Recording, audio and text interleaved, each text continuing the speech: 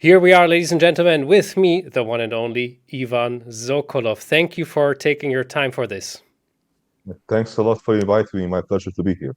Ivan, Master Coach is the theme we are talking about. And, I don't have to tell you at home that Ivan Sokolov is indeed an absolute master coach, not only because you gave the victory or you were part of the victory for the Olympic medal of the Uzbek team. You also had loads of students. You wrote books. You are training, coaching, made Fritz trainers, all of this. Where does this passion come from that, and why are you such a good coach? I guess that what I have as a plus compared to, let's say, many other players, many other coaches, and that's why I'm able to actually achieve on a higher level the ultimate success, why plenty of others, okay, up to some certain level, is that for many years I've been one of the best players in the world, if you would consider top 20, that kind of group. Certainly.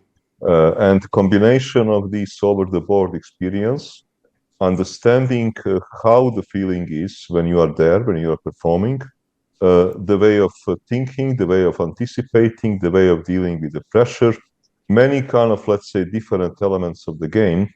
I think that I can associate myself pretty well with the people who are top players, and that this is actually helping me improve them as a players and improve their results. Excellent. When you're coaching your students, whatever rating they have, what are your coaching methods in particular to teach them? Okay, I have different, let's say, methods. It is not the same if I'm teaching, let's say, a group or I'm coaching somebody one-on-one. When I'm coaching somebody one-on-one, in order for me to improve the level of that person, I need to, in a number of sessions, it normally doesn't take crazy amounts of sessions, like 5-6 is enough, like 5-6 sessions of 1 hour, that I sort of understand the thinking process of a person. Okay. Because the point is that, of course, I can download the games from a ChessBase, but seeing the games only, I can spot plus points, minus points, but to fully understand the thinking process and how to help that person or how to improve that person, I need a lecture one-on-one. I need a session one-on-one. And after a few of these sessions are completed, then I get sort of reasonable idea about the person and areas to work on and areas to try to improve on, plus points, minus points. Okay, if I'm giving a group lecturing, it is something which is rather different. Then I pick up, let's say, type of positions, which I think are universally important for becoming a better player, of understanding them to become a better player. I try to find the good examples because I'm working on a database constantly.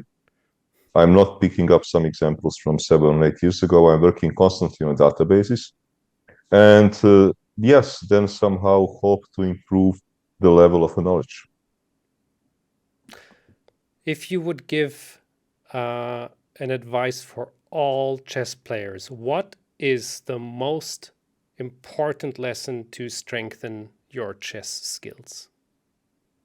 Okay, this is not simple because chess is having different sort of, let's say, parts of the games, elements. I would say that a very important part of a skill, and I have been emphasizing this a lot through my middle game works, this is try to understand middle games that your opening is producing. Because unless it is those are some very sharp lines of some openings when, let's say, memory work, computer work ends, that you get a clear situation, more or less a killed game, either it is draw or a won or whatever. If you are getting, let's say, complicated middle games from your openings, try to understand them and try to understand as to whether they apply to you or not. Because, let's say, short-term computer or computer evaluation of, let's say, 0.50 might quickly become minus 0.50 if you don't understand your stuff well. So try to understand it better, resulting in middle games coming from the opening, analyze it, be honest to yourself as to whether or not it applies to your style, because 98% of us, including Magnus, are not 100% universal. Some positions we play better than the others. So try to judge it, be honest to yourself, and then apply these kind of principles, and try to understand positions which you don't understand, and invest some time into those positions, understanding that maybe it is never going to be your greatest weapon, but that you will know something about this if you get it during your game, again, aiming to become a better player. Excellent. What should a beginner focus on? And when I say beginner of chess, somebody who just barely knows how to move the pieces, up to a club player who plays every now and then, has a rating of, let's say, maximum 1600. What advice would you give to those players? Unfortunately, I cannot give you any advice because I never worked with such players. So this is a this is kind of category that you need a different kind of maybe junior coaches, some chess instructors, people with a different set of skills, probably set of skills which I do not possess, or I never explored on possessing. Excellent. At what rating does it begin for you where you start teaching? I think already when somebody is like 1600, this is a club player. Yeah. I think it is fair definition of a club player. This is the starting level where I can, let's say, put an advice. Can you give advice for this particular club player, please? I think that those particular club players, they can already follow this advice which I have just given. Mm-hmm. Only problem which could be for them is that perhaps they would need the help of somebody into focusing on those problems. Maybe they will have a problem, not maybe, almost surely they will get a problem applying this approach, conducting it fully by themselves. So they will probably need some sort of, let's say, their club coach or whatever mm-hmm. that is going to help in the process. Once when person is, let's say, advanced club player, I would call advanced club player somebody who is, let's say, maybe 2300. He's very much advanced club player. He's playing in open tournaments, can beat a grandmaster in a single game. Such a person can apply this process, working a large part of this by himself or herself, and then, let's say, consulting a coach from time to time as to whether he or she is moving into the right direction, or using right material or something like this, like doing work himself or herself, maybe consulting a coach 2 hours per week. Hey, I have been doing this. Am I on a right track? How important is tactical training or tactic training? Okay, tactics is something which is tough to train. I mean, tough to, let's say, excel on if you do not possess a natural gift. It is tough because, let's say, you may also say that some tactical players are having problem in positional game. Mm-hmm. But positional game, if you are really spending a lot of time, you can learn a great deal of things. With the tactical training, you need to kind of, let's say, sense the moment. Sense somehow something needs to tell you, hey, there is something here. And then you need to spot the motive. And this is not easy to train if you are not, say, not tactically gifted, but you can improve. I usually advise more to then study games where you have a lot of tactics from very strong players, to try to analyze them, and then to try to, let's say, calculate some things from very complicated positions, write it down, or if you have a coach, okay, coach will put it in front of you, you don't need to write it down, coach would kind of have perception of what you see and what you don't see, and then check what is the right solution. And here is also where artificial intelligence can help you a lot if you are working alone. I prefer this kind of system rather than to wake up and to solve 50 puzzles. Why? Because usually when you apply the method which I'm suggesting, usually it comes as a natural process of the game. So you are into the game, seeing it as a natural process. Because look, if you're playing it, it is also coming as a natural process. It is not like in a puzzle, somebody is going to dump position in front of you and say, hey, white is winning. It doesn't work this way. It comes as a natural process of the game. And that's why I'm not actually, very big fan of puzzles, even though I know a lot of people are doing it. I prefer more the method which I just suggested. Though I understand, okay, that look, solving chess puzzles and getting a quick hint about the idea and the spot motifs certainly cannot harm you. Certainly is going to advance you. Mm-hmm. But I think that for a higher level tactics, the training which I'm suggesting is, let's say, more fruitful. Mm-hmm. What is your opinion about Blitz or even bullet chess? Is it something which is nice and fun and can even help you, or is it more like the devil in disguise? No, I think that, look, I have very simple opinion here. This is like, for example, you should have enough time to be able to complete the game mm-hmm. by taking a normal decisions in normal space.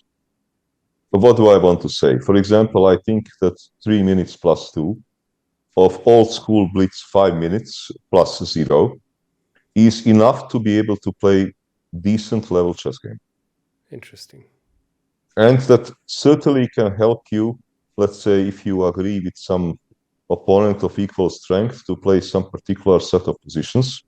So you are preparing for this, so you will need less time in decision-making process than usual, right? Because you don't see it first time. I mean, you know the patterns, you did some work on it. I think that such a training is certainly not a waste of time, absolutely not. It's certainly going to improve your thinking process in those kind of positions. Bullet, I'm not, no, I'm not really into, bullet, because, but maybe also a reason is that I am from the generation, with the mouse speed and pre-moves and all these kind of things. I cannot complete the game if you give me 1 minute. I cannot complete the game. I know that I can make 20 moves and I have to pray to God that is 20 enough. Nice.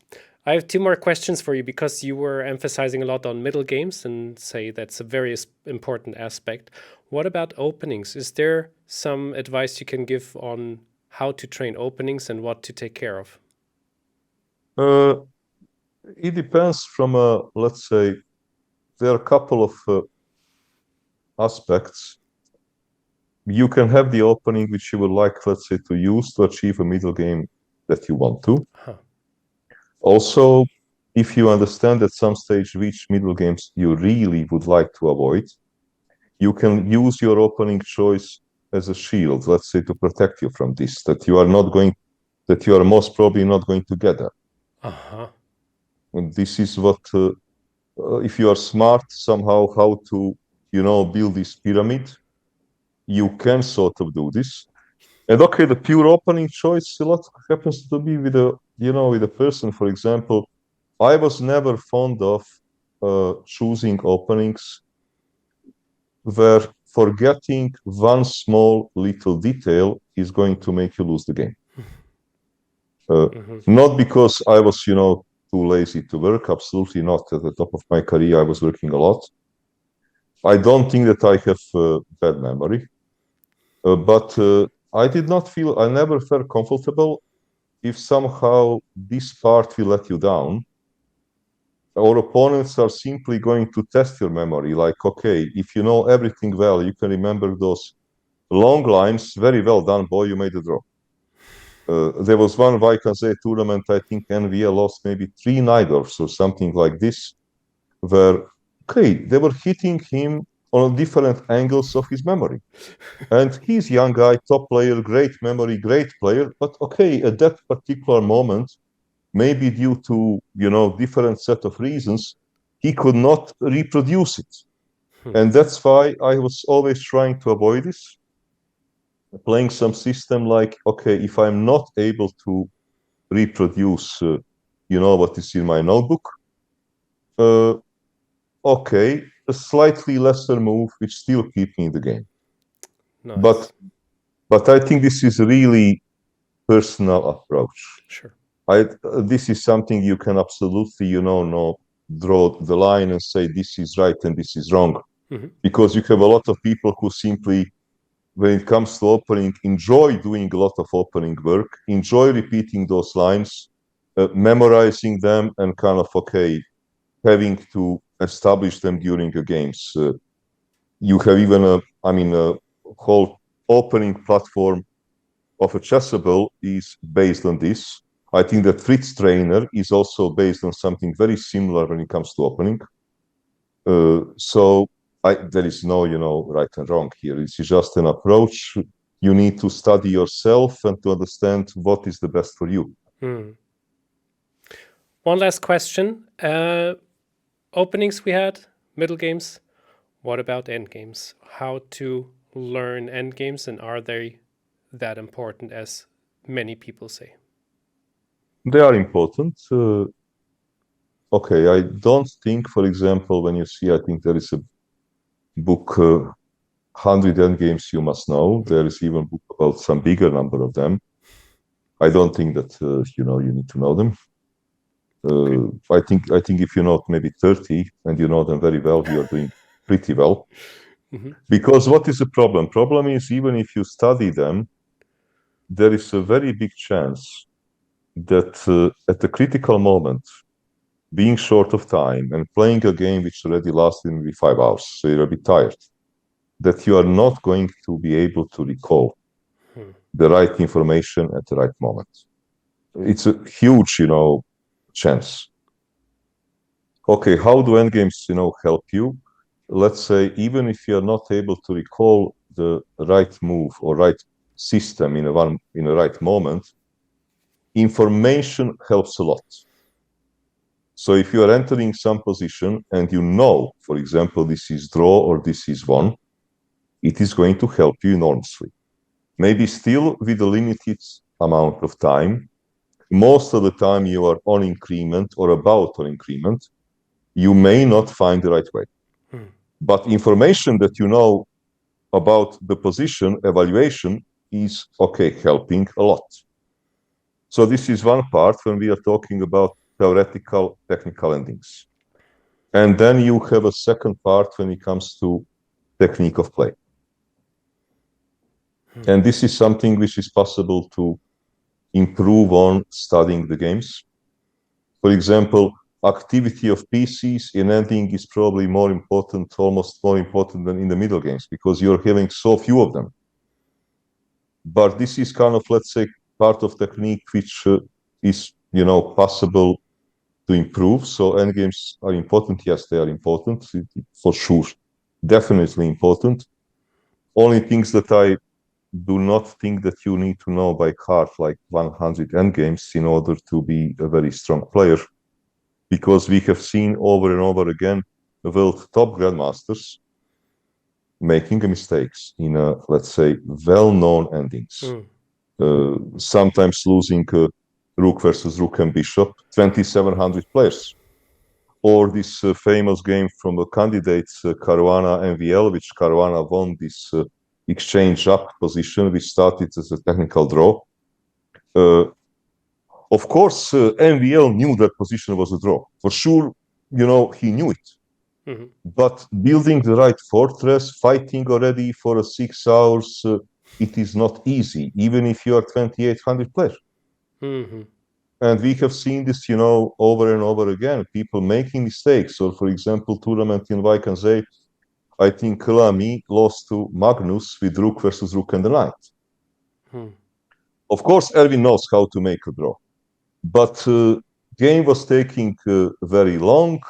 Magnus has a better energy and many different elements. And okay, at this crucial moment, at some stage, he made a blunder. But knowledge is important, information is important, and okay, if you can improve the technique of play. So more or less, this is to summarize it. Ivan, thank you so much. The amount of value you gave for this little short interview is incredible. I thank you so much. Also, because as you can see at home already, you're not even at home. You're just like in the middle of your work, of your coaching, actually, and you still made it happen that we can have this interview. So thanks a lot, Ivan, and I wish you all the best. And I hope we see each other soon again in Hamburg. Thanks a lot for inviting me. Yes, I think that my next middle game series for a ChessBase is planned first week of September. Nice one. Nice one. Something to look forward to. Bye, Ivan. Thanks. Cheers. Bye-bye.